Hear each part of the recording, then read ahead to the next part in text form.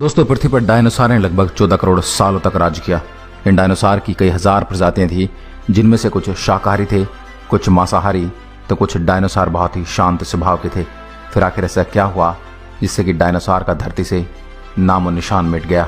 दोस्तों, आज से 6 करोड़ 50 लाख साल पहले पृथ्वी पर मौसम सामान्य था। चारों ओर सूरज की रोशनी बिखरी हुई थी।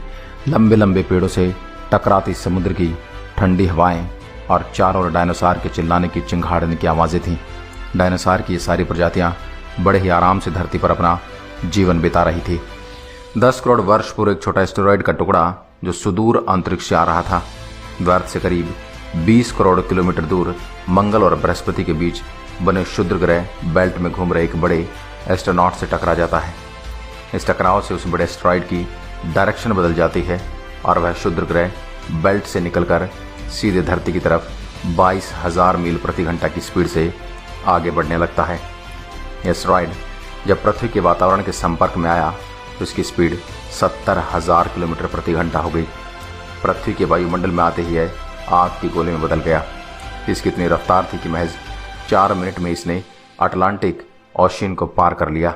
इसकी चमक इतनी ज्यादा थी कि धरती पर टकराने से पहले ही हजारों जीव आग के इस दहकते गोले को देखकर पूरी तरह से अंधे हो चुके थे।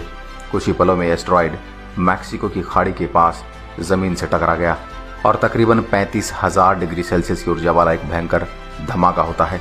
दोस्तों, इसका धमाका लगभग 10 हाइड्रोजन बम के विस्फोट के बराबर था।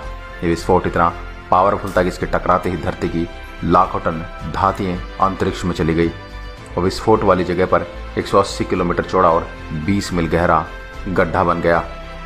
विस्फोट की वजह से इस गड्ढे का सारा मेटल और पत्थर आसमान में धूल के बड़े बादल में बदल गए।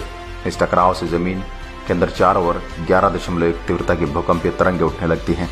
इसमें समुद्र में विशालकाय लहरों का निर्माण हो जाता है और एक के बाद एक सुनामी की लहरें चारों ओर बढ़ने लगती हैं और इस वजह से हर जगह डायनासोर का विनाश शुरू हो गया। इस खतरनाक विस्फोट से रेडिएशन की मात्रा इतनी बढ़ गई कि इसके 800 मील के दायरे में आने वाले सभी जीव जंतु जलकर पूरी तरह से राख हो गए। विस्फोट के कारण जो लाख टन मेटल, पत्थर और धूल अंतरिक्ष में गया था, वह ग्रेविटी की वजह से आग के गोले के रूप में पूरी धरती पर बरसने लगे और धूल का एक बहुत बड़ा तूफान पृथ्वी की ओर मौत लेकर आ रहा था। ये धूल के बादल कई किलोमीटर मोटे थे, जिस कारण सूरज की रोशनी धरती पर नहीं पड़ रही थी। तापमान 100 डिग्री सेल्सियस से अधिक होने से सभी पेड़ पौधे जलकर खाक हो चुके थे और फिर 90 मिनट बाद धरती का टेम्परेचर 200 डिग्री सेल्सियस तक बढ़ जाता है, जिस वजह से कोसों मील दूर डायनासोर गर्मी की तपस से बच न पाए। इस महाप्रलय से धरती की कुल 90% प्रजाति पूरी तरह से खत्म हो चुकी थी।